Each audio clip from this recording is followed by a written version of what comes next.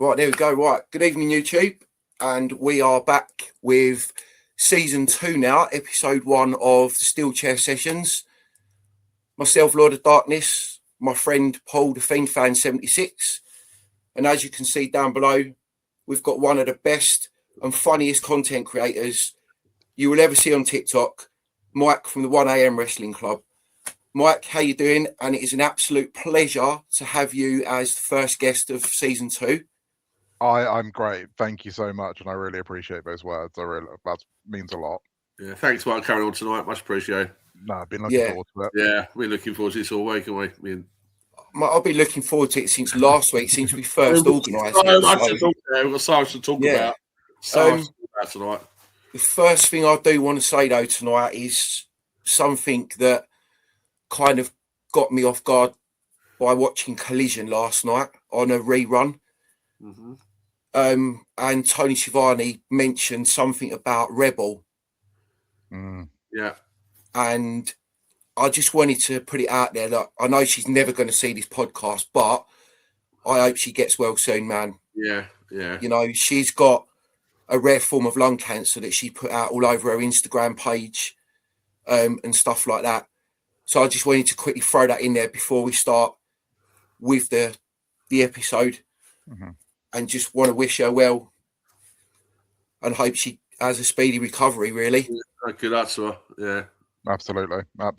ALS is a horrible thing, so wish her the best. Yeah, it is a very horrible thing. So, I mean, I had a quick read up of it last night and it's not nice. No. It's nasty. So hopefully she's getting the right care and hopefully AEW are helping her as well. Yeah. You know, to get the treatment she needs and whatnot, because Tony Khan, you know, he's a wrestling fan as well as an owner and a promoter. So and he actually paid out his pocket for Will Ospreay to have his neck operation as well. Mm-hmm. Which, you know, I get as well. But yeah, I just wanted to get that in there first before we start off with the show, lads. Absolutely. Wish you all the best. Yeah, so I'm going to let one of you boys start off and we'll crack on and just let the conversation flow. Where do we start? Do you want to start with all the releases after WrestleMania? I mean, that's the big shock. You know, it's done. Since on the 24th of April, we had 26 releases in one day. Mm-hmm.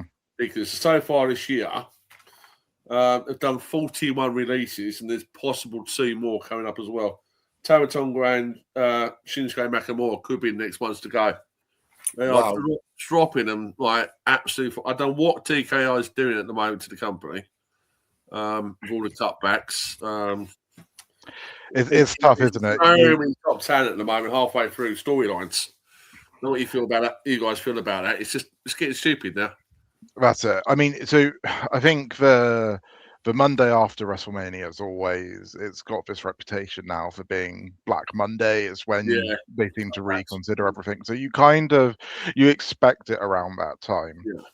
Yeah. The releases that happened, a lot of them shocked me. Kairi Sane going makes zero sense to me. Yeah. Not even when, as much as she's in the storyline between Io and Asuka. So the timing of that is super surprising and feels very wrong for me. But just in general, the fact that you're considering releasing someone who you've underutilized for years, and she's gone, it makes no sense to me. That's definitely out of the list, the biggest one, and the one that's still a couple of weeks down the line still feels raw. I don't get it. Why you've got such a good storyline, like long-term storyline, and halfway through you get rid of your main, like you sort of the glue between the two, the catalyst of the storyline. Yeah, it doesn't make any sense to any of the fans. But this is like the second time that Kairi's now been released, isn't it? Yep.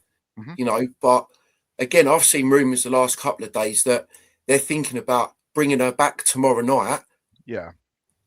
To get involved in the Asuka and Io, and you know she's going to turn on Asuka if she comes back. Yeah. Bang straight away, and she's going to team with Io, and then the senpai or whatever she calls herself is a loner. Yeah, I think because from what I've read, she's coming back possibly as a one-night reappearance to justify the whole angle. I think it makes sense. I'd be happy to see it. I question whether that's actually going to happen for the main reason of when they released R-Truth last year and the backlash of We Want Truth came out, and in the end they ended up bringing him back. I worry that they will think that by bringing Kyrie back, even for a one-off appearance, almost gives the fans too much power. And I think they might cut their nose off to spite their face to be like, actually, no, we're in charge here. We make the decision. But the logic doesn't really matter. And because nothing surprises me with TKO or WWE now. So I'd like it to happen. I mean, I'd like her to be back full time. I don't think she will. I think she'll end up back in Japan. But yeah, we'll see. I think it makes a lot of sense for her to reappear, even if it's for one night, just to spite Asuka. Yeah, just to kind of finish that storyline. It just makes more sense than, as you say, it's just to finish that storyline, if it's just for one night. Mm-hmm. Exactly that, yeah, because it just, like you both said, it makes no sense for them to release someone midway through a decent storyline that we could see how it was going to end before it had the chance to end. And it's just not fair on us fans to not get the chance to see that, because it's been building for months. It was the best female storyline they had going. It was better than either of the women's world titles going into WrestleMania. It was the most glaring omission from Mania 42. Yeah. And it's like it was just running in the background for them, and it doesn't make sense. I think the tease for an Io Sky Asuka match, a match that fans have been calling out for years, and you don't want that payoff. It does not make sense. No. But like you said, anything that TKO are doing right now makes no sense at all. There's no logic in what they're doing. Mm-hmm. It's almost that match should have been a WrestleMania match. Maybe should have. And then release it if they want to release her. Release her after WrestleMania. Well, I mean, I saw the other day something about apparently TKO have now got full control over creative. I mean, if they have, then the company's going to go downhill quick. Well, you look at like what they're doing to us content creators at the moment. They're literally like, you can't do this, you can't go live anymore. They're clamping down so much. I know. Look at some of the people that have been to WrestleMania this year. They put their vlogs over YouTube, and WWE have tried to copyright them. Do you know what I mean? You know. Yeah, I know, because they use content creators' reactions in promo packages, but now they're stopping reaction videos. They're limiting content creators so much, and again, that's it doesn't make sense because they've utilized it so much. You look at the reaction video to Lesnar returning, Orton's reaction. Every time they'd play a promo package, you'd have the reaction from like the big boys, from your Santi Zap, your Wheezies, Cultaholic. You'd always have them on there. But now you're limiting that because I don't get how we're going to get that content from these creators. No, exactly. And like, you know, when on Unreal, the Netflix thing, that Australian girl, Colt, she was all over the TV screen, and she's a massively big content creator. You know, and like Conman, he got banned. Horrendous. It's wild. You know? It makes no sense. I mean, Conman is probably one of the best content creators out there on this planet right now. You know, alongside, you know, the likes of Santi Zap and all the others that you just mentioned and that.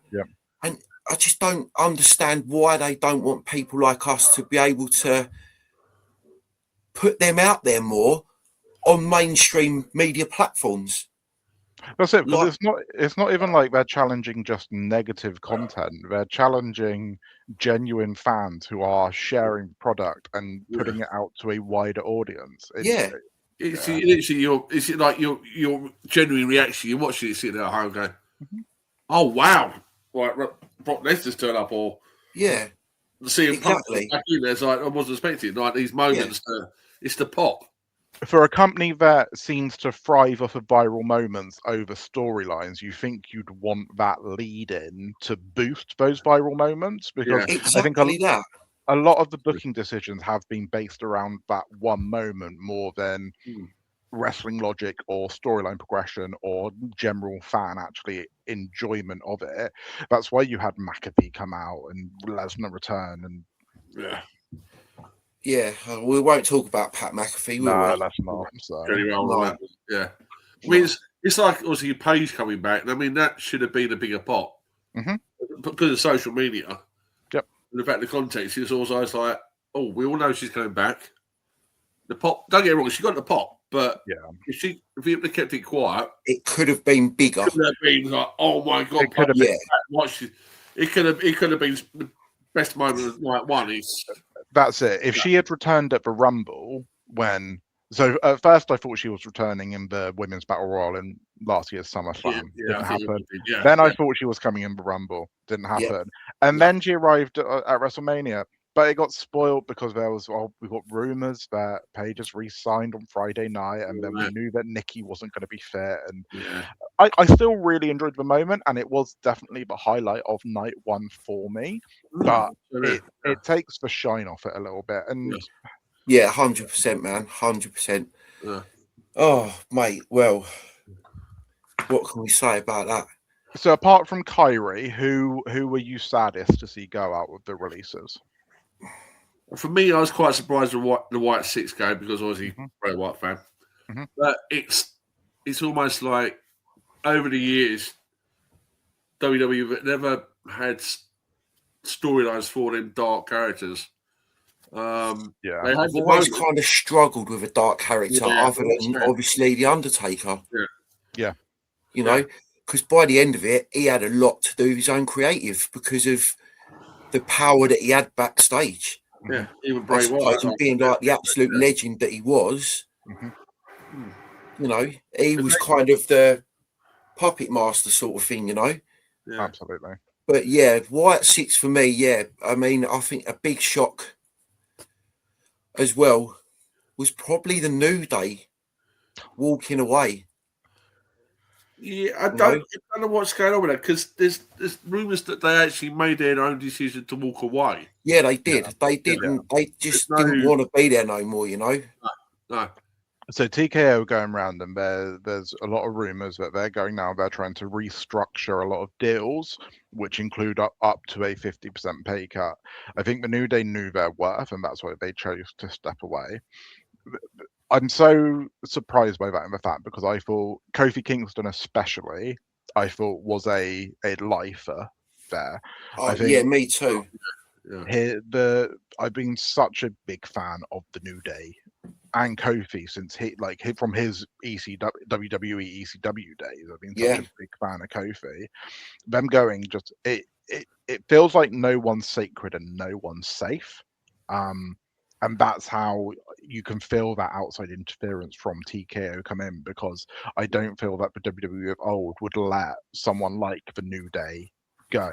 No. I have heard they're trying to retain Xavier Woods just for up, down, down for his video game stuff, because they like Tyler Breeze has a deal where he just does video game content for them. So that would be something at least. But New Day going is shocking. Yeah, very shocking. It won't be long, I don't think, before you see him down in AEW. I don't reckon.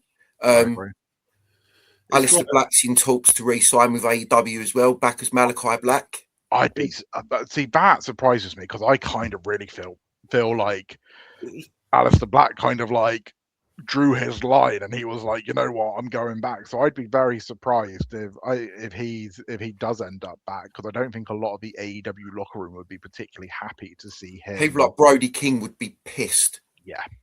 Massively pissed. Yeah. I mean, JR has kind of said the door is there if you want to come back, but he's not said, well, I don't want to sign at the moment. I think he's making his mind where he wants to go next. Yeah. Is he going to go to Japan, or is he going to get a bit more independence? We don't know. But the door's open for him. Yeah. I think it has to be the right deal. Yeah. To go back. And honestly, it was literally a year to the date that he was signed for WWE. They released him again. Mhm. And they didn't really do much with his character. They didn't. You can't. But he had a 6-month feud with Damian Priest. Six Yeah. months that 6 feud went on. months. And as Yeah. much as the ambulance match payoff was a really good end to a feud, Brilliant. Yeah, if brilliant. that was the end of a 2-month feud, perfect. But by the time we got to that ambulance match, I was like, I'm sick of seeing these two scrap it out. And I was a fan of both of them, but it's like I don't need to see this match again. No. No, exactly. Yeah. Exactly that. Yeah, it was just And then- a feud that went on far too Yeah. long. And then, like, he's always like in the background. That was pretty much it. It's like walking around the background going, "Oh, what's going on?" Yep. And it didn't really go anywhere. No. It's- Speaking of backgrounds and pictures and stuff and whatnot, have you seen the one floating around where you've got a picture of Liv and Dom hiding behind a crate, and then you've got Steph and Finn looking at each Oh. other? Yeah, people are like, that should happen. Have Yeah. Finn Balor and Steph Care against Liv and Dom. It's been a lot. I Got see the Demon that. Finn. Yeah. Yeah. Yeah, so I just went off topic there. It just comes to me. No, head and I I thought, Yeah, massively, no, massively yeah, feel for that'd be that. a good match. Should be a good match. I'd be there for that as well. Mhm. I'd be there for that, definitely. Just before we start talking about Backlash, I've just remembered something else. Chelsea Green as well. With her heart surgery. Yes, Yeah. let's hope she gets better as well very soon. Absolutely. I think I did have a look. I started researching it when I saw that she had it, and it can be as short as a 2-week recovery period because it's quite as routine as a heart operation can be. But good for her. They've caught it. It should So, like give her a completely normal quality of Yeah. life. So Yeah, good for her because she's such an asset. She's probably in terms of how the business works, I think she understands it so well and is such a hard worker for it. yeah, God. She knows her place. She knows exactly what to do. She got her flowers with being the inaugural Women's United States champion. Yeah, Another reign of it. Yeah. That woman could have such a long career because she knows the business so well. She knows how to put people over. Yep. She's quite humble. She's never like, Yeah. Okay, I take my moment. If I lose the belt, I lose the belt. But then I'm pushing another person up. That's it. She's never like, oh no. She's in character. And even when you see her in the promos or social, she's always got time for the fans. She talks to kids. She's always takes that moment. Well, with all there's the a fans. classic example then, Paul, Yeah. of that. Mm. When Staley and Vix met her in Las Vegas, Oh, yeah. they had the hat. Yeah. She was signing it, and the security guard went, "No, you can't do that." And she went, "What do you mean I can't do that?" And just carried on signing it and gave him the hat back. And it was like, that's what Chelsea Green's all about, mate. Mhm. But for character-wise and in-ring stuff, if they took the chains off that woman and just let her be who she can be, mate, she would absolutely run through everybody on that damn roster. Yep. Imagine if they went on the decision and they completely stripped back the comedic aspect of Chelsea and she became a serious heel, completely lost anything comedic, 100% serious. The change and the switch upon it, people would start to recognize her a lot more. Yeah. Go back to the match that she had with Penta in Lucha Penta Underground. and Lucha. Oh, mate. What a match. Phenomenal. One of the sickest matches I've seen that woman ever have in my life, mate. Yeah, I'll tell you what. I think another one that's kind of was wasted in the Bray Wyatt or the Wyatt Six family was Nikki Cross. She was never used. She never had a match. I mean, Never. Phenomenal wrestler, female wrestler. But she never got the appreciation and the skills. We all know she's awesome wrestler in the ring, but she never got the chance to actually wrestle. No, not during the White Six period. She didn't know. No, and it's the same, almost the same with Alba Fire as well. And they just had her as Chelsea's bodyguard. It's like that woman is one of the most talented female wrestlers, especially one of the most talented female wrestlers from this side of the pond. Definitely. And you're limiting her back to that comedic gimmick. And like, don't get me wrong, I enjoyed the Secret Service, but it did that aspect got a bit thin on me. I was still enjoying Chelsea's work, but it's kind of like when she was Kaylee Ray, she was like incredible, like so fierce, so legitimate, and then Yeah. you're holding her back to. But she did a tweet after she got released, and she was just like, Kaylee Lee Ray would kick Alba Fire's ass, and it's like that's completely true. Like, Yeah, because it is. You know, I went back and watched her match with Piper Niven. yep. You know, what is it, like the hardcore last woman standing match or Mhm. some shit in IWC, was it? Yeah. You know, in Scotland. And mate, that was such a brutal match. And She again, got like proper like you said, go. another female that the WWE held back because they didn't know what to do with her. No. You know, NXT UK, she was on fire, the longest reigning NXT UK Women's Champ. Even and her reign in NXT US side when she was in War Games, incredible. Oh, Worked her, mate, and then, yeah, her in War Games, she was amazing. But yeah, I just don't get it at the minute. I really don't. You know, no. It's crazy. but we'll see these women and that resurface somewhere for the better. Oh, 100%. Yeah, 100%. I mean, it'd be quite. I mean, I like to see her go down to hopefully TNA, or one of them. Yeah, but ones. again, there's that affiliation with WWE, isn't it? So why would she do that Yeah. after being fired by them? Or Yeah. go to AEW. Maybe go to it. You know? Yeah. Well, she could even go to Ring of Honor, MLW, Yeah. anywhere like that. She'd slide into MLW so well. I think Yeah. that the ferocity that she brings in the ring, I think, especially over someone like Nikki Cross, I think she's got that legitimate ferocity that would shine through with that MLW style of wrestling. I think she'd work 100%. quite well over in some of the Japanese promotions as well, because I think she's like when Blair Davenport was over in Japan, I think she brings that. They like the British strong style of wrestling, especially in women over there. I think Yeah. she's quite well. She won't be out of work for long. She won't be out of work. Not 100% not. And again, that's another one they dropped the ball on, Blair Davenport. Yeah, which is that was an absolute joke the way they treated her in NXT and that. It was just disgusting. Because again, they didn't know what to do with her. As soon as they elevated her to the main roster, I think she had 2 matches and then she was gone. It's like, why have you brought her up to the main roster if you don't know what to do with her? Exactly that. And that's, you know, again, I listened to your second episode of Dan's podcast the other day, you know, and like you two were saying, about Clark Connors and Dave Finlay, that's why they went AEW, because WWE wanted to start them in NXT. They're far too good for NXT, man. That's it. They would have tore through everybody without any question. It's another thing. It's like at the moment, it's the male tag team division. What's happened to that? I mean, Motor City Machine Guns. Yep. One of the, phenomenal tag team. I mean, they're one of the best for generation. I think they're well up there. Yep. But what they've done? They haven't done anything for months. It's just like you've got this brilliant tag team. We all know they're back in the day, like yeah, they haven't done anything. No, yeah. I do think they were a bit late in picking them up in their career, but they were still, even that late in their career, they were still so high in terms of quality.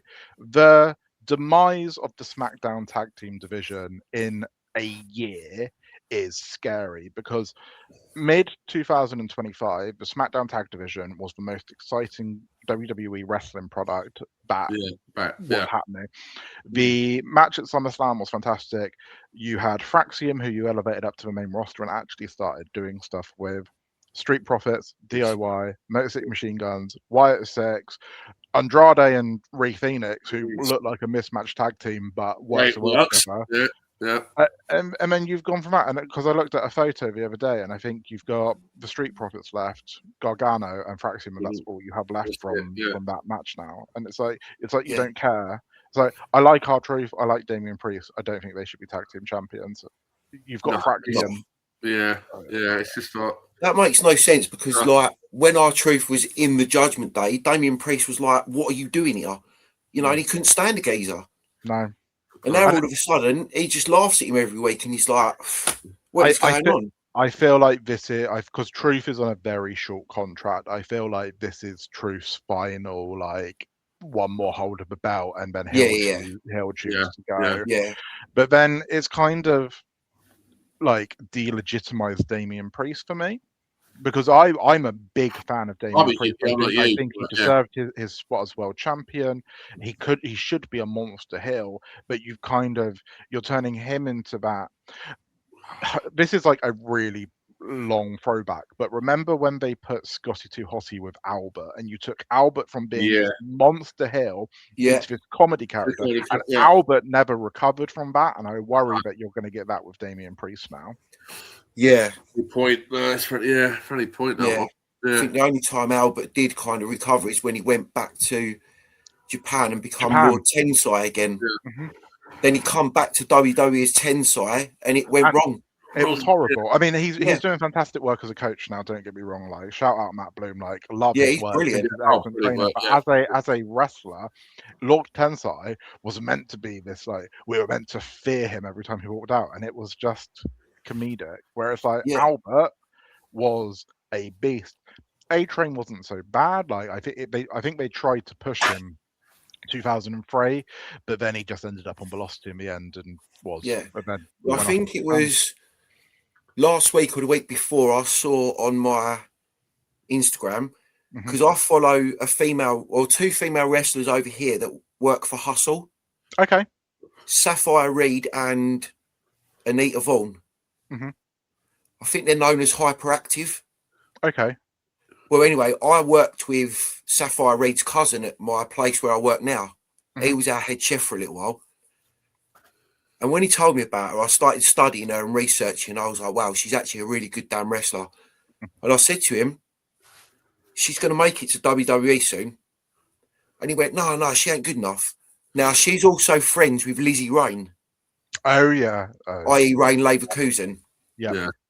Now, a couple of weeks ago, Matt Bloom had the entire Hustle wrestling promotion at a massive WWE tryout, and Sapphire and Anita were there as well.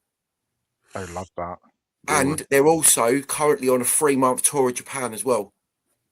Oh, they get so much experience over there. Yeah. And I'm telling you now, they're on the border. She will be, Sapphire Reed and Anita Vaughn will be in NXT by the end of this year. I guarantee that. Love that. Yeah, love it. I guarantee it, mate. And I told him, because when I see something like that and I see the potential in someone, my brain wires in a different way, and I'm like, they could do this with her, they could do that with her.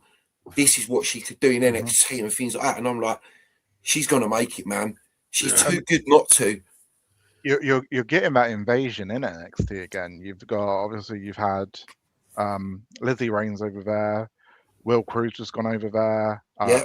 Tristan Angels is over there. And then you've got Evil from Japan. Yeah. I refuse to use their new names until it settles in. It's still Evil and Will Cruz in my eyes. Yeah, it's still Evil to me as well, because his new name is terrible.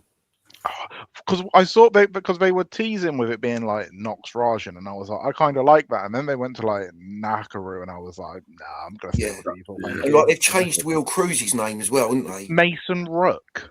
Yeah, Mason Rook.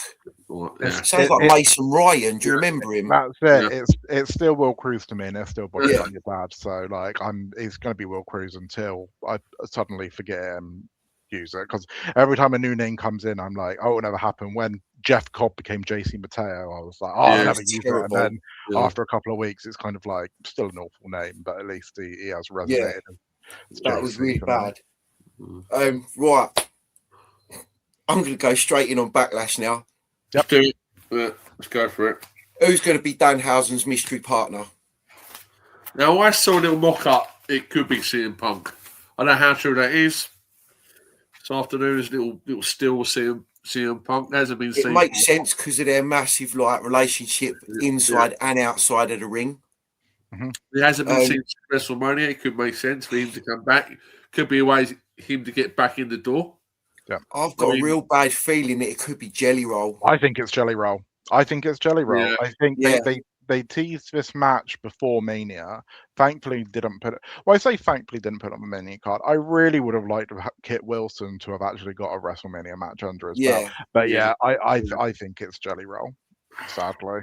Yeah, sadly as well. I think that's who it's going to be, Mike. You know, it's disappointing, but.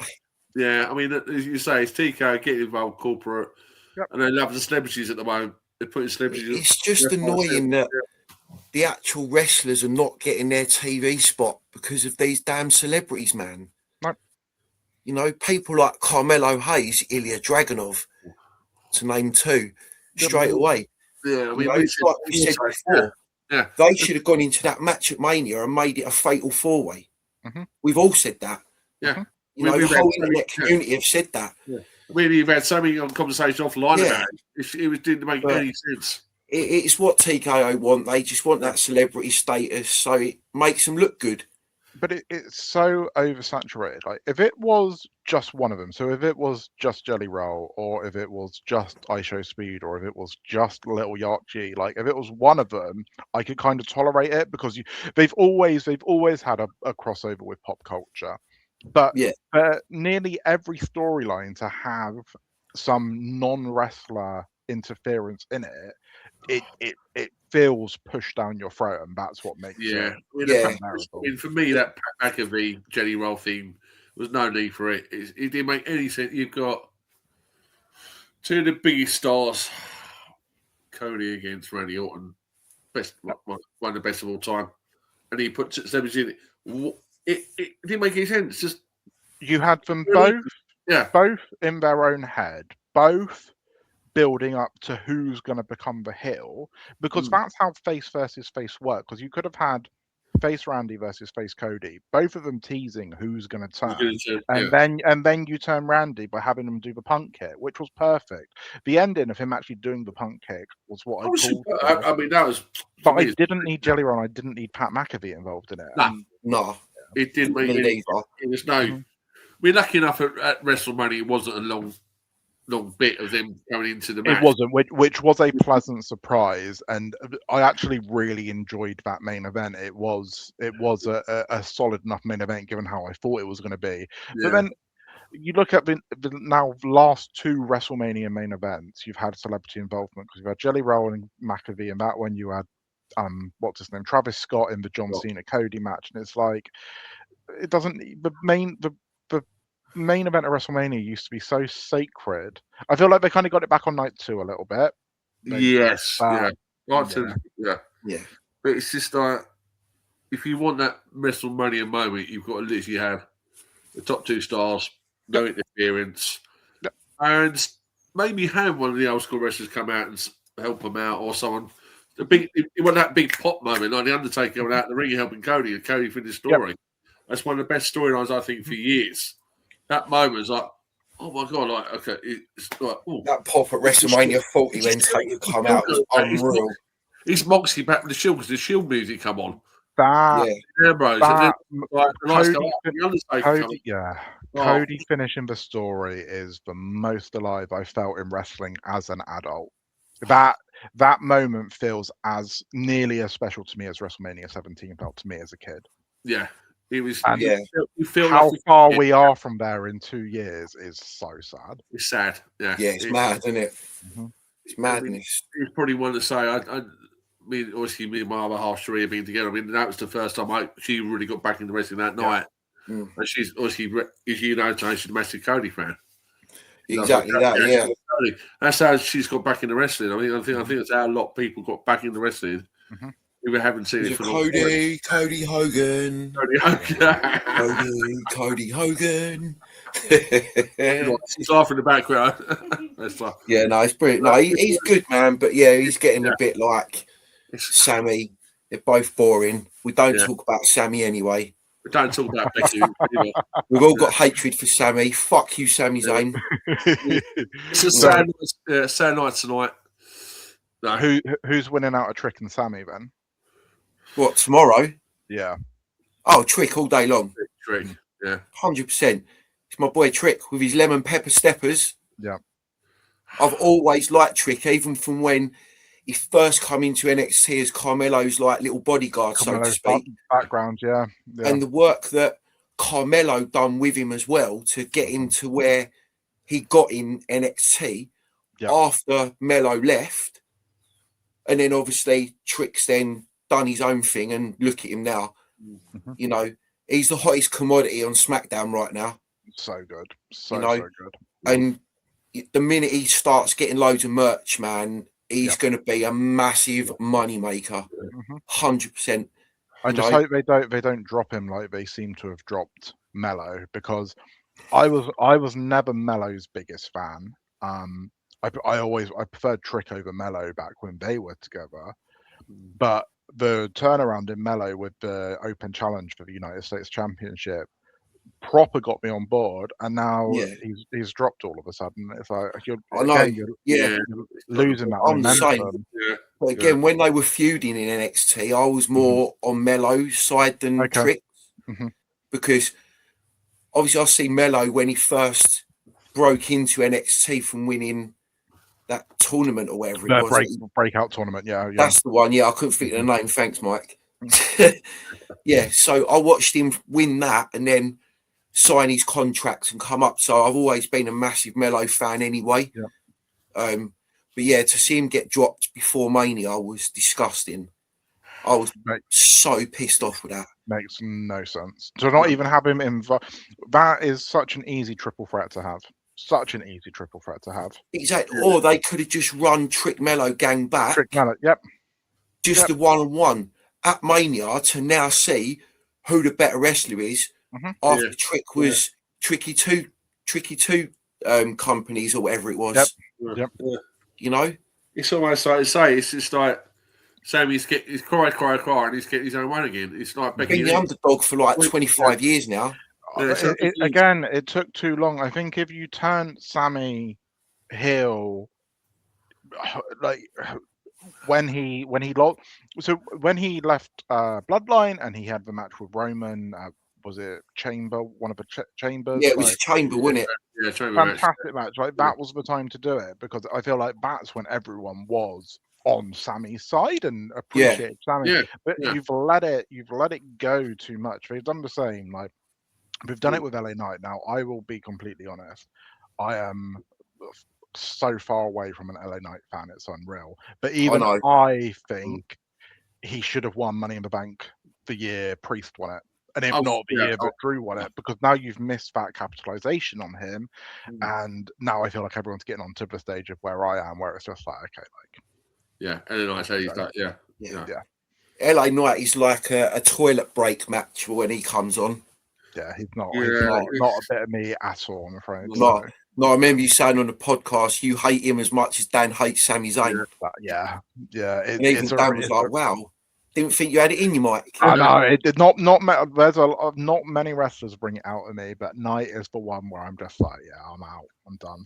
Yeah. I don't even enjoy seeing him lose. I'm just like, it's nothing to me. It's nothing. No, it's like me now, Becky Lynch. I can't stand it. Week in, week out. Words right out of my mouth, mate. Interesting. Took the words out of my mouth. He's saying chronic.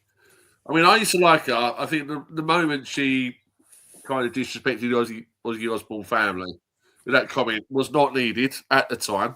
Controversial. But it's stale. I'm the best in the world. I've done this. I've been there. Can't say this. It says it's week in, week out. It's boring. Change it up.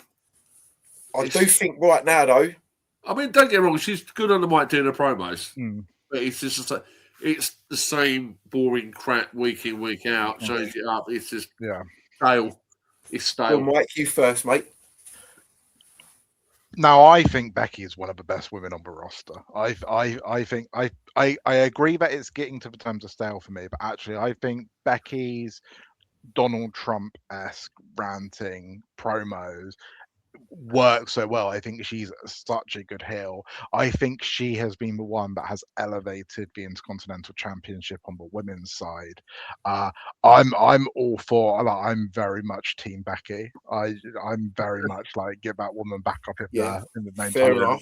Yeah, no, I think she'll work so well with Sol Ruka, and I think if you look at her work with Maxine Dupree, now Maxine Dupree has massively improved, but I think Becky has helped coach her, and I think that work that she does with the upcoming talent of wrestlers to go through. I deny that. No, I totally agree with you, Mike. I deny that. But I get the people, like it does almost get monotonous, but I feel like that's kind of what she's going for. So I feel like it's working. So you're certainly not first to. No, yeah. I'll give her the New England skills and what she does behind the scenes to, as you say, to elevate the new talent up the roster. Because she's like, say like Charlotte, when you all know the Charlotte's the GOAT, and obviously the four horsewomen of, and even Bailey. Know what Bailey's done over the years, helping many wrestlers, the female wrestlers, to move up the ladder. I mean, most she's done for the female division over the years is brilliant, you know. Speaking of Maxine Dupree, yes, I don't know if I was dreaming it the other day, but I'm pretty sure I saw a picture of her talking to, was it J.D. McDonough? That's what I thought. Now, I was, because when we were talking, when you mentioned about the Judgment Day and Finn and Stephanie, I thought you were going to mention Maxine, and I was trying to remember who it was. Now, was it JD? Because she was definitely talking to someone from the Judgment Day, yeah, and I don't, I think that's. And I'm pretty sure it was JD because she was sitting on the floor. Yeah. So I weren't tripping out there, and I did actually see that. I couldn't rack my brain to remember who it was, and that's such an interesting angle. If that storyline goes off, that will be so good for Maxine because tomorrow night is Liv's wrestling tomorrow night. Am I correct? Okay. Yeah. Is she? Yeah. No, she's not. Is she not yet? No. Not about. Sorry, so my mistake then. I haven't actually written down the card, so I can't quite remember it. Is there 5 matches, Mike? Well, five match card. Asuka Io's the only women's card on the match. Yeah. The only match on the card for the women, yeah? You've got Rowan against Jacob Fatu. You've got, obviously, Trick against Sammy. Obviously, the comedy tag team match. Tag match. God, yeah. Io against Asuka, and then Steph against Roman and Jacob as well, isn't it? And then Seth Rollins versus Bron Breakker. Seth and Bron as well. Yeah, man. Yeah. Why am I having a brain fart tonight, man? That's why I read it down, because I know what I mean. It's the end of the week. It's allowed. Jesus. Yeah. To be fair, though, I'm not nervous anymore. Do you know what I mean? Like, the first couple of actual guests we had on, mate, I was like that. When I did Dan's podcast the first time round, I was just like, yeah, I like wrestling, and I was just like, it's so nerve-wracking. Mate, I was like that on Dan's as well, mate, to start with. It was like, oh my God. Because he texted me and was like, do you want to come on as a guest? And I was like, I've never done it before. He went, just imagine these two geezers down the pub having a pint, chatting shit about wrestling. And that's what we did. And it went on for about an hour and 20 minutes in the end, I think. Yeah, it's so good. That's what I really like about this. I think when you look at like the internet wrestling community, and you think of like, I remember when I used to be on Twitter and like just how toxic that was. I actually think the wrestling community through TikTok is the complete opposite. It's 100%. It's such a welcoming place. Like, there's so many people that I have conversations with, that I've gone on podcasts with, and just genuinely talk wrestling about. I've met Dan in person. We went to go meet Bret Hart together last year, and like we've become friends, and it's a really, really nice community to be a part of. Isn't it? Where we're just sharing the love of. Dan actually probably lives about half hour away from me and Paul. Oh wow! Okay, yeah. When me and my boy, we went to For the Love of Wrestling, and he come with us. Oh, that's class! Yeah. He was going to get a coach, and I was like, "Why are you getting a coach?" I said, "Like, I'll drive through to you, pick you up, you put some fuel in the car, and off we go, mate." And we spent the weekend up there, pretty much in Manchester, and he went off and done all his meet and greets and that, and. I've got my ticket for next year. It'll be my first one next year. I'm going to get mine, because some of the guests for next year are looking good. Yeah, watching everyone's videos of just being up there, I was like, no, I can't miss it. And this is the one thing where I'm trying to take the positive out of the New Day's release. Is I am hoping that they get New Day to For the Love of Wrestling, and that's the only thing. That'd be sick. Yeah. But at the moment, I think you've got Andrade, Santino, Mick Foley. Yeah. Oh wow.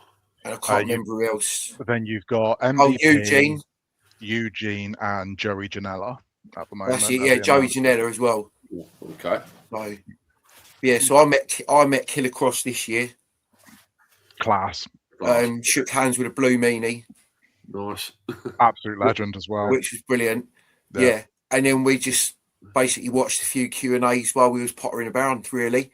Love that. So saw Samoa Joe, Orange Cassidy, Carly, Yeah. you know, so yeah, it's pretty good. Awesome. So What- with regards to this Maxime Dupree thing, sorry, Yeah, Paul. sorry. Go for it, go. I was going to say another thing. I think within this wrestling community, talking about like us as a collective, we talk a lot about mental health, and I think that's quite nice. The fact that we're all here to support each other, we're all in the same boat. Mhm. It's like actually like anything. It's like us, like as you said, sitting down the pub, chatting like we are now, and then I think we're all passionate. We're all passionate about wrestling. We've all got a point of view. There's no right. There's no wrong. No. Exactly that. Independent wrestlers we go to, there's matches we go to, there's areas we go to, and I think that's what's nice because it's obviously like you, like my other half, Cherie. She's quite a shy person. You know what she's like, Tony. Yeah. She's come in. She's joined us wrestling music. Goes to independent, and she has a great time. And it's no male, female. There's no kids get involved. No one feels threatened. It's like exactly that, mate. And you shouldn't have to. Do you know what I mean? Like, you know, everyone enjoys it, and we're all here to enjoy the pop, enjoy the moments. We all get to meet people like Rossi, like Mike, and all that through the community, and then be able to actually get them on the pod and chat with them. It's just amazing, mate. Yeah. Right, I want to ask you a quick, like, personal. If you're having a down day, everyone gets a down day. What match or what era would you go to if you're having a real shit day? Everything's gone kaput. You just want to have that entertainment. My escape is one of 3, and it's all around the same era. So if I need to just have an escape and just not actually even think about anything, it's either the 2000 Royal Rumble, the 2001 Royal Rumble, or it's Mania 17. Those 3 cards, in terms of when I resonate back to when I first became a fan and was so invested, the quality of the matches on there. The 2001 Royal Rumble is is what I think is probably the top Rumble match for me. Yeah. Triple H Cactus Jack from Rumble 2000, Hardy's Dudleys from the opening table match, Mania 17 as a whole spectacle. Yeah. Those are my 3 escape back into when wrestling was near perfect. As much as you look back on the quality of it sometimes, and you're a bit like, oh, but at the time, just perfection. Yeah. Yeah. Mine has to be, my actual go-to has to be Survivor Series 90. Oh, yeah. Yeah. Excellent choice. Yeah. Obviously, debut of The Undertaker on national TV. He actually made his debut the night before as Kane the Undertaker. Yeah. On an episode of Main Event or whatever it was. Yep. But obviously, that's my go-to, not purely just for that, but because I liked the whole concept of that event, because the winners went on to a finale match at the end of the night, and it ended up being like 3-on-5. I think it ended up being Hogan, Warrior, and Tito Santana, and it was $1 Million Man and the entire team of the Visionaries, I think. Yeah. Or something like that. Yeah. And it was just that whole concept. And I feel like sometimes they should bring that back in the modern era. I completely agree. I want to see a return to the traditional 5v5 Survivor Series matches over War Games. I think War Games should be a once every 5 years to the end of a feud. It shouldn't be we get one every year. It takes the specialty away from it. I much prefer the traditional Survivor Series. Yeah, I love Survivor Series. It was like, that was my kind of go-to when going down to the video stores, going to Blockbusters, go HMV, getting the old DVDs and watching it. Because, I mean, I didn't have Sky back in the day, and that's how I got into it. So we had the magazines back then as well. So that's how I got my, that match just happened. That's up in the WrestleMania or 14 or anything like that. It's like, okay, then I'll go back and get the DVD and watch it. Yeah.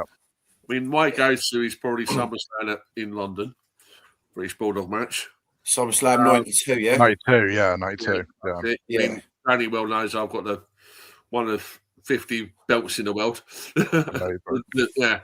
Oh yeah, the one you got from Money in the Bank in 2023. Yeah, the anniversary belt. Yeah. Another one for me recently, I keep going back to it, I will mention it again, was the 7-match AEW, was the Death Young Bucks. Oh, it was a Death Triangle thing, wasn't it? Death Triangle thing is Against Young Bucks and Kenny Omega. Yeah. Kenny Omega. I mean, them 7 matches are probably some of the best, I think, matches ever in AEW. I could go back and watch it over and over again, that little rivalry. It was phenomenal matches. Every week, like every couple of weeks, it'd be like one match, be a ladder match, and it'd be like a 3-way match, and it'd be like a hardcore match. Yeah. Build up the next match. It went on for about 3 or 4 months, but the build up was like, it was so well done storyline. That like winner takes all, job done, thinking much, and then the rest is they kind of done their own thing after that. Went heel, obviously. Kind of reminds you of into Death Riders. Yeah, it kind of reminds you of the best 7 with Sheamus and Cesaro. And then obviously afterwards they became the Bar. Yeah, for sure. And then they put a Swiss man in a bloody kilt. Oh yeah, and the tuxedos as they made their entrance, wasn't it? It's just, isn't it? Yeah. It's like what was his name? Vito.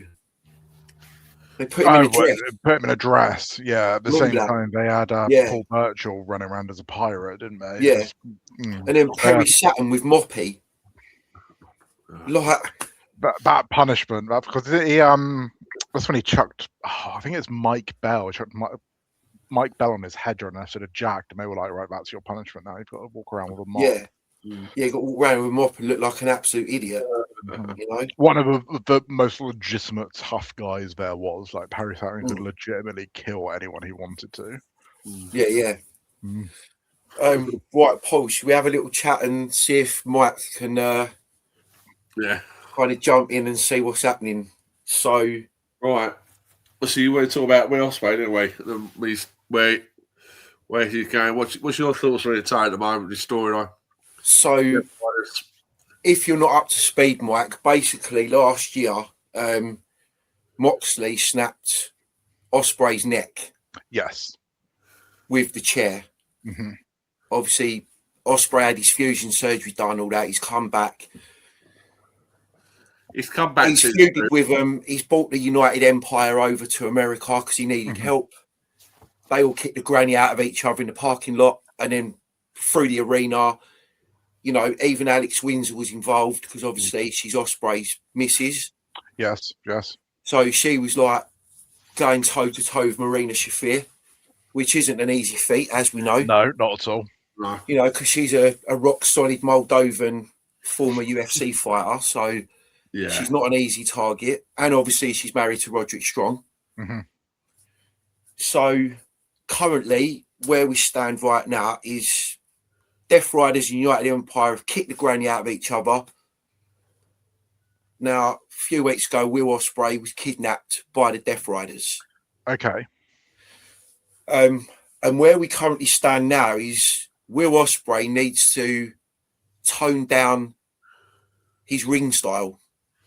Because obviously he's always been a constant high flyer. Yeah. You know, jumping around the ring and all that. But and he's admitted that every time he gets dropped on his head, he loses the use of one of his arms. It just goes numb. Yeah. You can see the end of the match, he's literally staring like Stokey going, he's in so much pain. Yeah. And like a couple of weeks ago, the ref had to stop the match, didn't he? Yeah. And the doctors come in and went, no, he can't wrestle no more tonight. He's done. Yeah. Done. Yeah. It's almost like his body's giving up on his body. It was almost like he's paralysed. Yeah. Yeah. So from my knowledge as well, from what I've been watching, is that now it looks like John Moxley is kind of having some sort of remorse for what he's done to Ospreay. Okay. Now, I don't know if this is just part of him being him or if Renee has said something to him at home and said, look, do you know what I mean? You've got to realise what you've actually done. You've tried to end this man's career.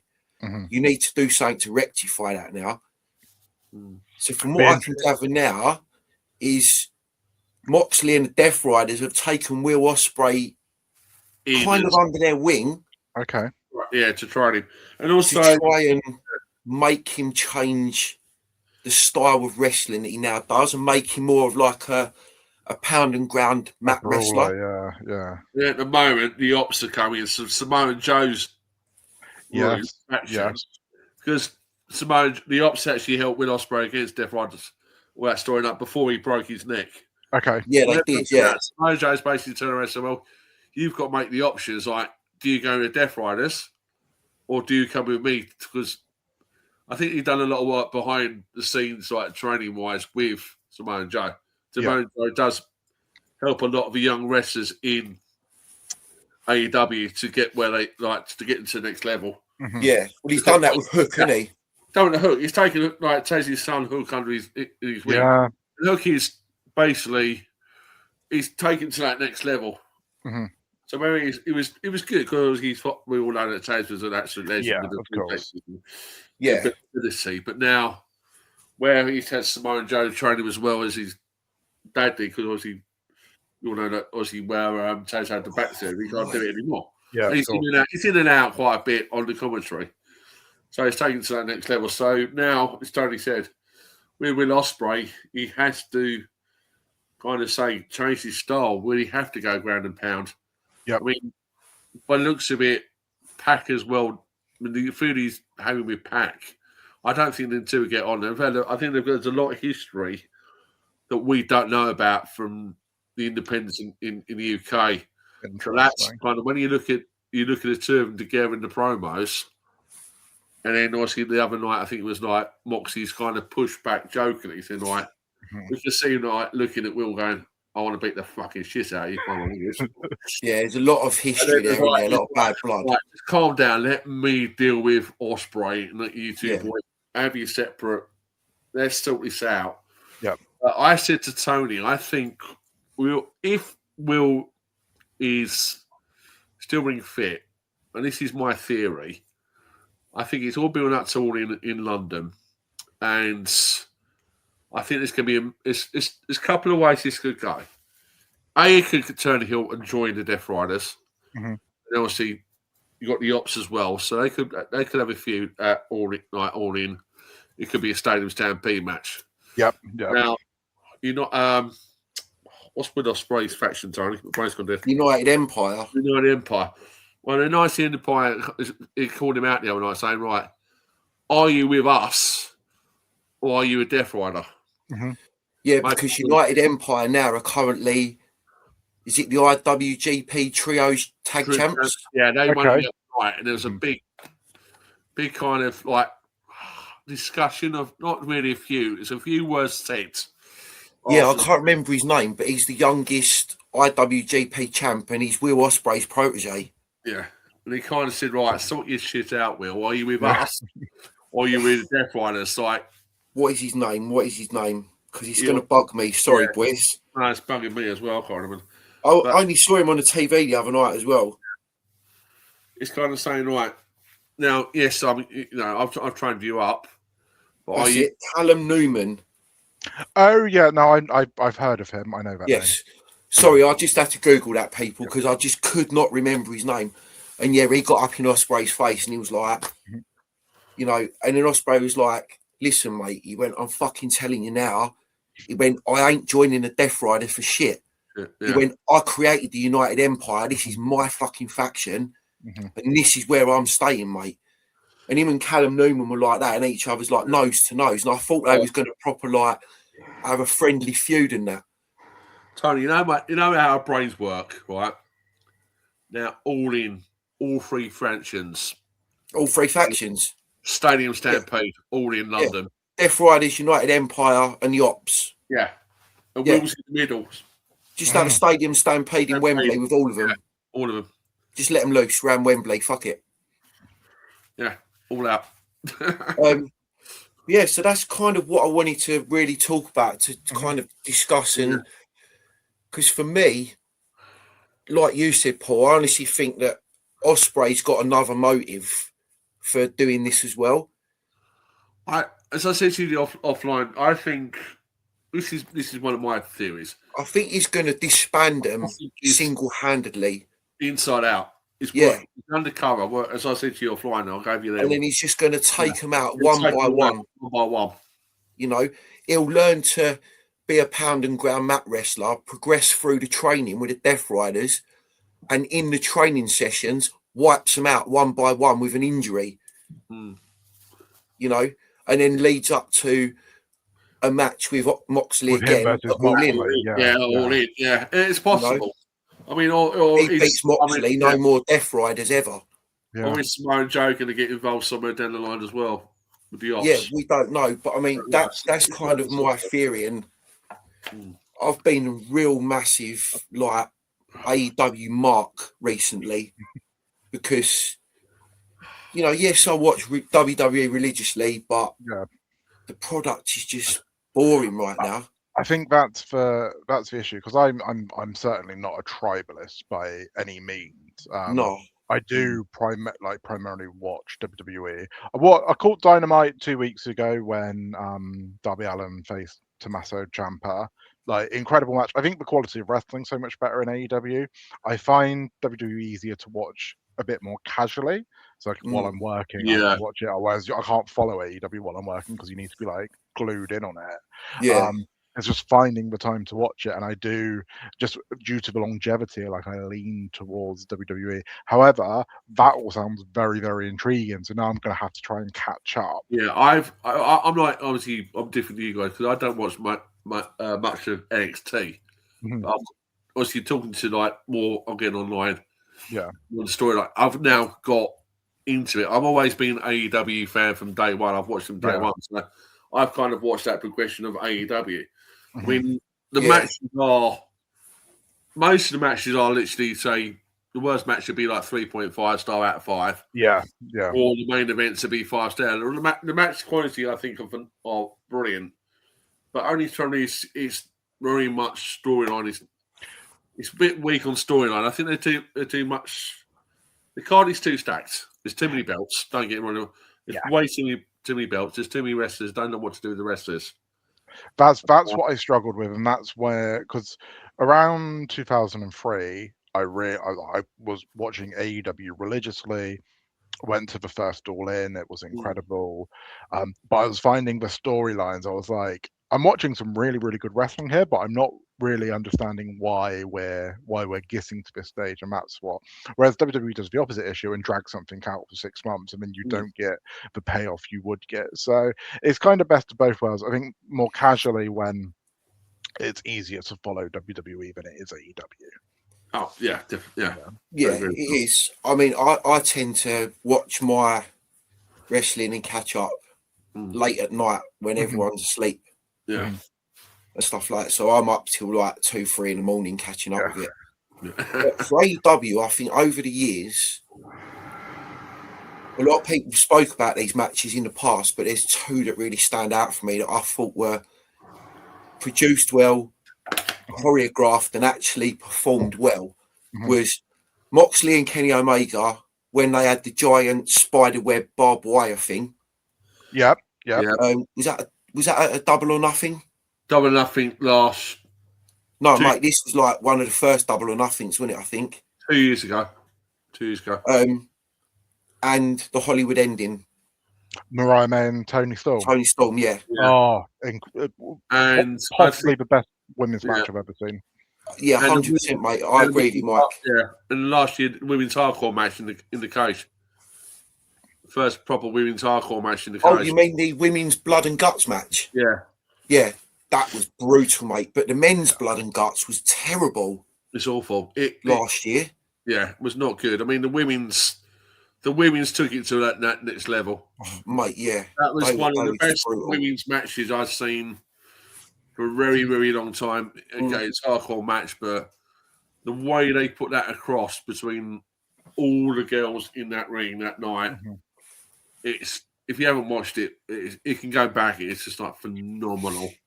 Yeah, I think probably the best ever women's match in AEW. Yeah, 100%. And like the blood that was spilled in that match as well was Yeah. just Oh, unbelievable yeah. from both of them. Yeah, they. You know, and I just feel right now they're holding. I know she's coming up to the main roster probably tonight now. Yes. Yeah. But I just feel they're holding her back already. You know, her and Jordan Grace need to be up there. Yeah. You know, Absolutely. Absolutely. fighting for the United States title and stuff. That's it. The downgrade from Mariah May to Blake Monroe is shocking, especially with how she ended on that feud with Tony. Was That's what I'm saying. perfection. I mean, they've tried to keep her character the same, I get, but I just don't feel they're doing enough with her. I mean, she's good enough, mate, to get in the ring tonight and go face to face with Charlotte Flair and go, I'm going to kick your ass. Yep. Go out there and kick her ass. Yeah. You know, go and beat a former 14-time women's world champ. You know, get Jordan Grace out there again. Like Dan was saying the other day, the woman is an absolute powerhouse. Wasted tank. Incredible. You know? So wasted. And the work that woman done in her personal life to lose all of that weight she had, and now look at the size of her muscle-wise, mate. Yep. Yeah. It's absolutely phenomenal, the work she put in over the years. You know, I completely agree, and I think that's quite synonymous through the women's division in WWE is the underappreciation of pure talent. Yeah, they just don't know how to use the appreciation, I suppose, to make them go out there and prove that they're worthy to get a TV spot. Absolutely. Yeah, it's just so frustrating. It's always going back to like Jane Cargill having being the champion. She held the belt. Well, she defended once, had 2 matches in her reign. But it was annoying. But she said, Tony, where does Jade go now? She lost to Rhea. Where does she go now? You were saying at the time there wasn't no women. It was more concentrated on women's tag team division. There's no women for her to go against. There was no independent storyline. There was no storyline for her. So I'm not sold on Jade Cargill in the slightest. And as much as I'm a big Rhea fan, Jade needed that signature win against a former world champion like Rhea at WrestleMania to cement her. Because I think you've buried her now. Because I don't think she comes back from it. Because I don't think she's talented enough to come back from it. And I think she's lost the legitimacy of that by losing to Rhea. Yeah. I mean, I think she was better in AEW. She had better matches, but since she come over, they haven't really done anything with her. They've not. It's to say, there's no storylines for her to promote herself. It was just like coming in, and obviously having the 2 other girls join her. That just makes no sense either, having Meechin and B-Fab with her. No, it doesn't make sense. Like Meechin, especially, like Meechin was on such a face run. Like it doesn't make any sense. Like it feels very oddly conjoined. And again, another female that's being underutilized, because I've seen some of her previous stuff in TNA, like in the Monsters Ball matches and stuff. You know, there's a collaboration on YouTube actually of the best female Monsters Ball matches in TNA, and it's about 2 hours long. Okay. And I sat and watched it one night, and they've got the best of the men's on there as well. Mate, and I sat and watched it one night, and me chinning that Monsters Ball was fucking brutal, mate. You know, go back to Mia Yim in the Mae Young Classic, like insane. Well, yeah, incredible, like so slept on. Just exactly. You know, she's far too wasted. They're just like again, they just don't know what to do they, Mike? No, you know. Right, I think, lads, I reckon that's going to be calling it a day in a minute. Yeah, because we've been going for nearly an hour and 10. Yeah. So. See, it goes quick, man, doesn't it? When you it flies by. It flies by. You know, like when we've done that one with Alex, that went so quick. Right, so we have a little. Right, who do we reckon is going to win what match tomorrow night? Right, yes, predictions first for tomorrow. Yes, right. So, go on, Mike. You first, mate. Right, I think Bron beats Seth. And I think there's some shenanigans, so we get this match again. But I think Bron beats Seth. I think Trick beats Sammy. I think Io beats Asuka under the illusion that Kyrie is back for one night only. But I think I think if Danhausen's with Jelly Roll, Danhausen's winning. I think Danhausen's winning that match anyway. Yeah, Well, I think yeah, No yeah. matter yeah. who he's with. Period match. And I think Roman's beating Jacob. Yeah. Okay. I'd like to say Jacob's going to win it in my heart. I'd rather if it's who. I think Roman. I mean, when you look at the promos and the classic build-up to these matches, it's always the bad guy walks out the good guy, takes it out week in, week out. So we all know kind of Roman's going to win it to build the next part of that storyline. And it's a long time. It could be a long-running thing that Jacob disappears. Does he get his own faction? Does he go against the original bloodline? It could be a long-time storyline. If they play their cards right, it could be a very, very good long Could feud. be a very interesting feud. So Yeah. you've got Roman. Yeah. As I say, the gimmick match, it's got to be Danhausen. Has to be. Yeah, all day long. I'm going to say Io Sky. I think it's one of them. I'm kind of seeing for me, I like to see Steph win it, but now Braun's back. I'm going to say Steph. Yeah, that's for one I'm 50-50 on. Is yeah, I'm very much. I'm going to go. I think I'm 50-50, but we all know that Steph's always got that little trick in his somewhere in the cards. Yeah, this is Seth for you. Yeah, and obviously it's got to be Trick. Tricky Williams, yeah, Tricky Williams. It's the goodbye gingerbread man, the funeral. Yeah, that's me as well. So I'm going to go with Trick. Yep. Obviously, I'm going to go with Danhausen. Like we all said, it's a must win for him. Yeah. It's his first PLE match. So, you know, he could have Mr. Blobby as his partner and he'd still win. Absolutely. Yeah. You know, I'm actually going to go with Asuka to beat Io. You know, I'm going to go on the assumption that it's going to be one of them where Io can't beat her senpai. You know, her teacher. It works well. It works well. Yeah, so I'm going to go on that. I'm going to go with Bron Breakker. Yep. Yeah. Because this is his time now to be elevated to that next level. And to be fair, Seth is pretty much one of the only men that can do that with Bron. Yeah. Yeah, true. You know?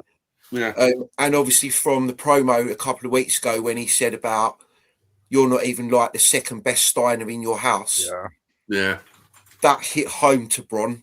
You could see that in his face and it was like, fuck me, you've hit a nerve there, Seth. Yeah. You are going to get speared out your goddamn boots on Saturday night. Yeah. And yeah, I'm going to go Roman for now. I think this feud may continue until at least SummerSlam. Yeah. And then that's where Jacob wins the belt and becomes champ. He'll be champ by the end of this year. He will. Yeah. And I think SummerSlam in Minnesota. But then I would say, sorry to interrupt. You got to think like Roman did start around for the summer. Yeah, and he's already been confirmed for Clash in Italy. I don't see Roman being there without being champion. No. But there are a few dates though he's not appearing in there. Is that in June or July? Yeah, I think there's a couple in June where he's not going, but they have confirmed. So Clash in Italy is the last day of May, so he's there, and then I think he's taking. So he could lose as early as Clash in Italy if he's taking some time off in June. Well, yeah, we could do, because I think he's going to do some reshoots, isn't he, for Street Fighter or something like that. Something like that. So. Nice. So there's our predictions. I'm actually quite looking forward to Backlash tomorrow night. I'm excited. I feel for a B tier pay per view. I'm excited going into Backlash. Yeah. It's almost like it could have been WrestleMania Night 1. Yeah, that's what I mean. It just feels more stacked and more exciting than Night 1 of Mania. The only thing I feel missing from this, I really would have liked to have seen the teased Fatal 4-Way for the IC belt with Ethan Page, Penta, Javon, and Rusev. I feel that because I think they'll end up doing that on a Raw. I feel like that's a pay-per-view worthy match, and I would have rather have dropped. Yeah. It's kind of, you said that would have been take away the tag team, the comedy tag team, Exactly. that instead. Yeah, exactly that, mate. Because Ethan Page he needs to have a rocket strapped to him, man. Oh, Page, 100%. yeah. Even from the work he's done in AEW, mate, was just phenomenal in his early days. Yeah, Ethan Page to me is a phenomenal wrestler.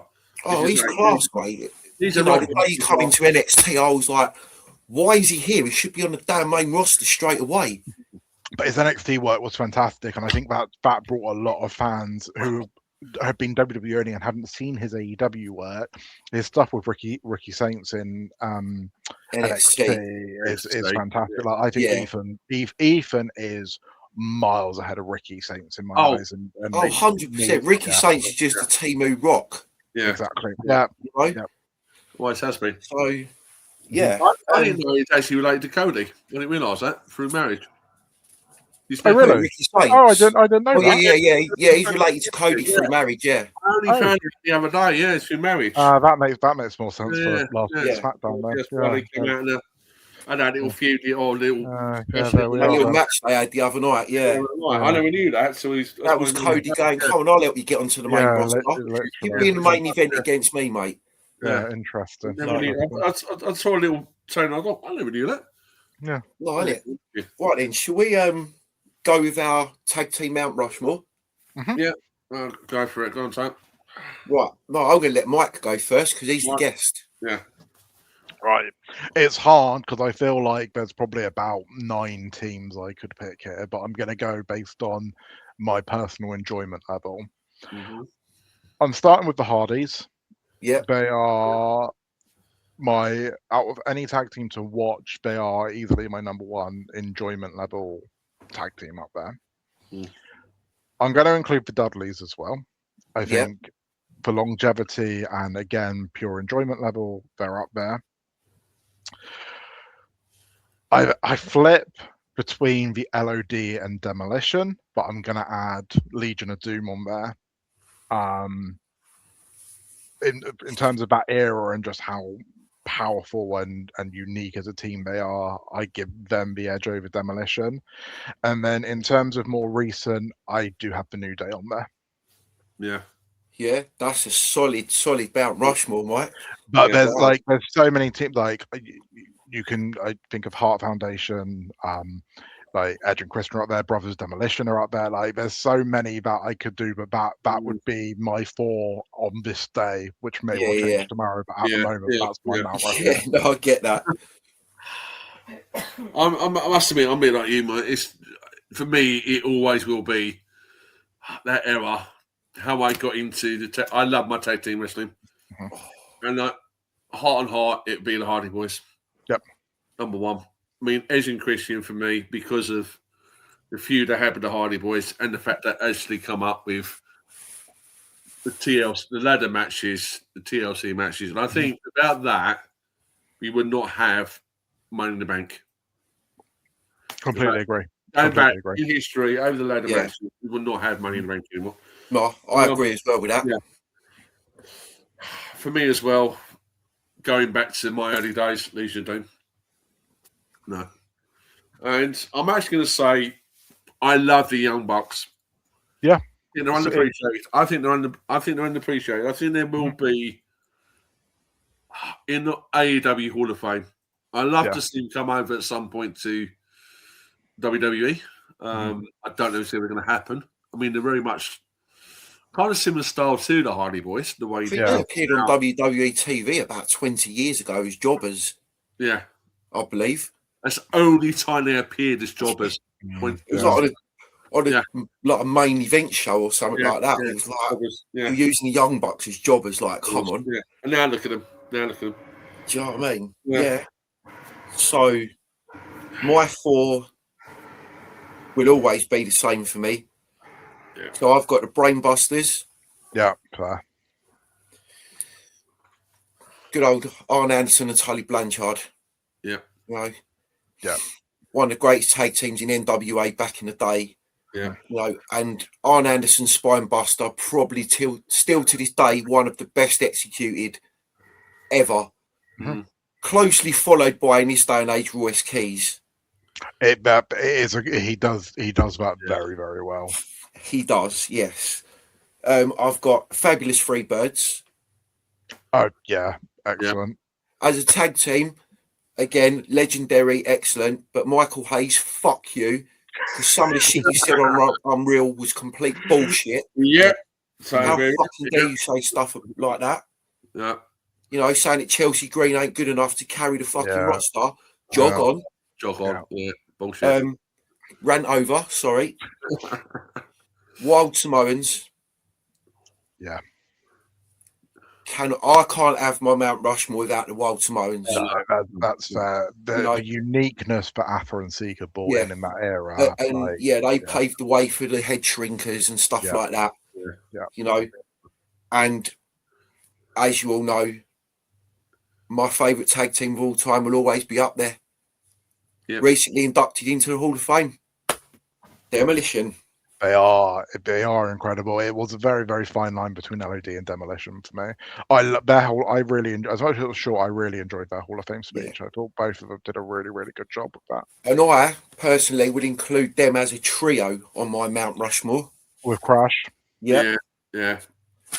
And that's when I had my rant saying I can't believe that they didn't induct him as well, or even give him a mention. I don't get that myself, but it's so annoying that Brian Adams just did not get a fucking mention, man.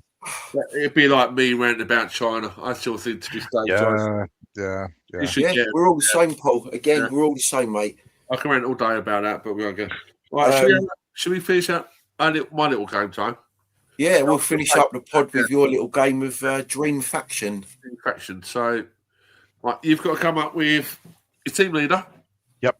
Your number 2. Yep. You've got to have a tag team. Yep. A woman. Yep. And your manager.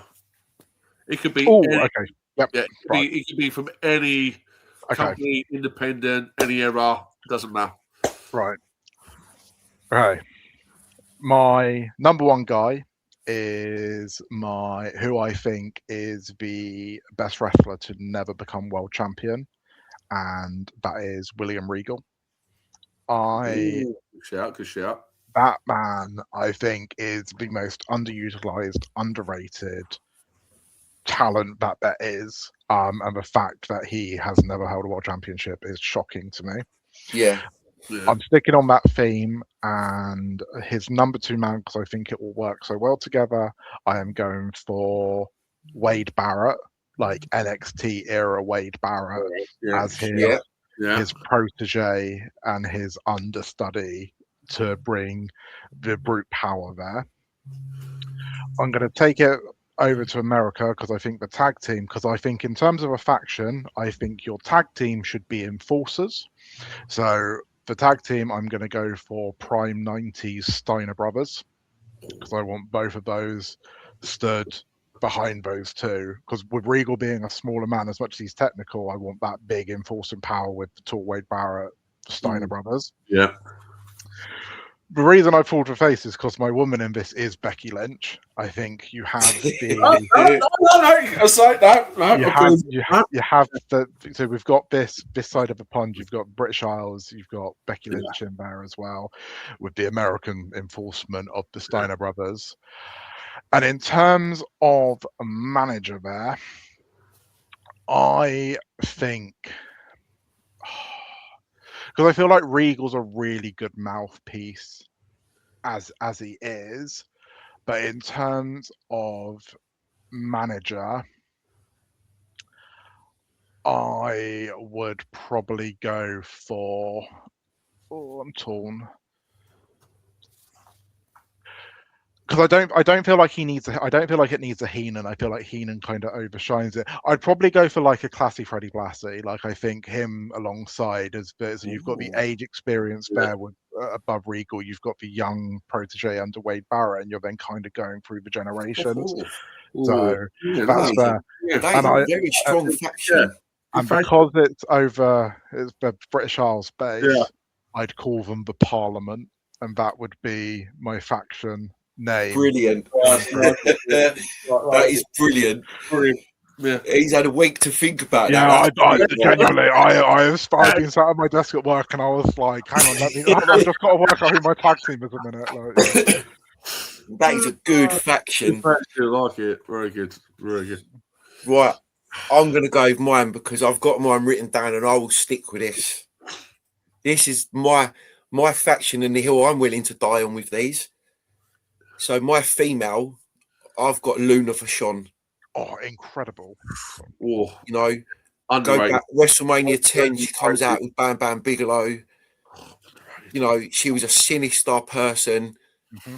You know, she took after her dad, old Mad Dog for Sean. Yep. Yeah, inside, outside the ring. Yeah. You know, so that's my female. And she's kind of an enforcer as well because she was muscly. She was just crazy. Obviously, my tag team will be Demolition, no matter what.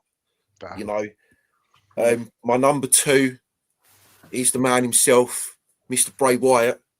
Yeah.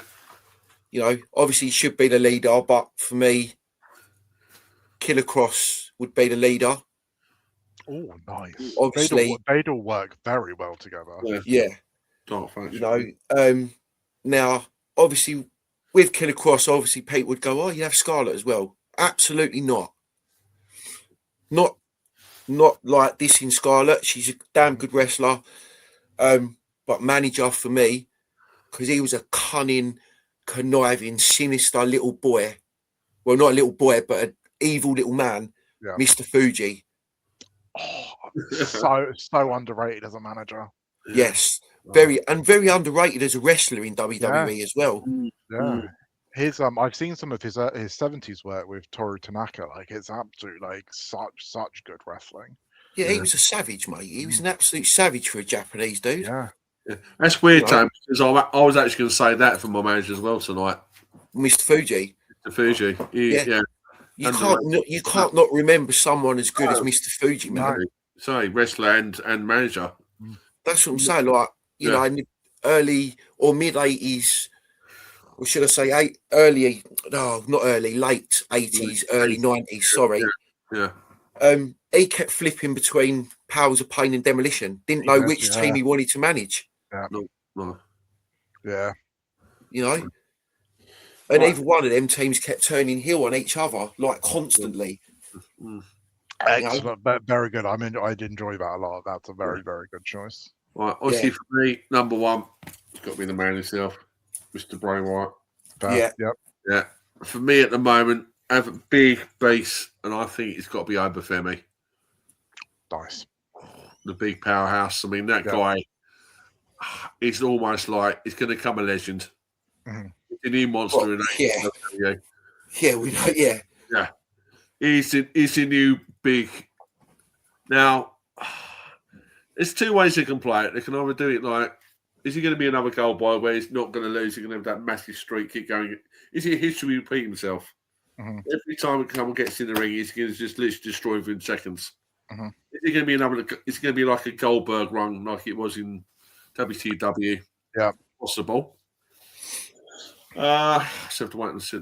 Tag team wise, I'm going to go old school tonight. I'm going to go with Legion of Doom. Solid. Yeah, that's a good shout. Legion of Doom and Obafemi in the same faction. Yeah. Jesus. And then there was 2 people I'm thinking. Either Dr. Britt Baker, DMD, or China.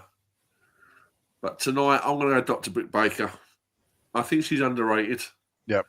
And then obviously Mr. Fuji as the manager. Mate, that's a solid faction as well. I like both of those. I like both of those. Yeah, that's solid, man.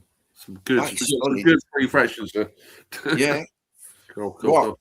I think we should wrap this up now, boys, because we've been going nearly an hour and a half. Yeah. It doesn't feel like it. No. It doesn't, Mike. No, honestly. And obviously, this is the first time we've properly spoke, and it's been an absolute pleasure to have you as our first guest for season 2. It's been an honour. Thank you both. Absolute pleasure. One of the nicest blokes that I've ever met through the internet community. That means a lot. I appreciate that. No, it's been an absolute pleasure, boys. Like, I really appreciate it. I've enjoyed series 1. I really enjoyed. Subscribed up early, like really enjoyed it. So to be the first guest for season 2, like it means a lot, and it's been incredibly fun. Yeah, no, we really appreciate it, man. Appreciate you taking up your hour and a half to spend with us this evening. Not an issue at all. And just before you leave, like everyone else, let people know your socials. Absolutely. So TikTok is my main area. You can find me as at 1am Wrestling Club. Instagram is on the same, but TikTok is where you'll find the majority of my content.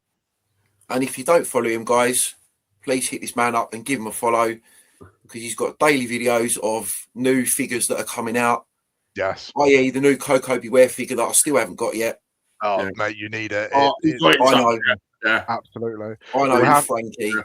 We'll have to come back again, and we can talk figures when we 100%. so much question. I love my figures. I love my figures. Yeah, we'll do this again definitely, and we'll have a session about figures. Yeah. Right. On that note, again, thank you very much, Mike, and we'll catch up very soon. Enjoy the rest of your night, mate. Thank you so much. Very Cheers, much. guys. See you later. Bye. Bye. Cheers, mate. Bye.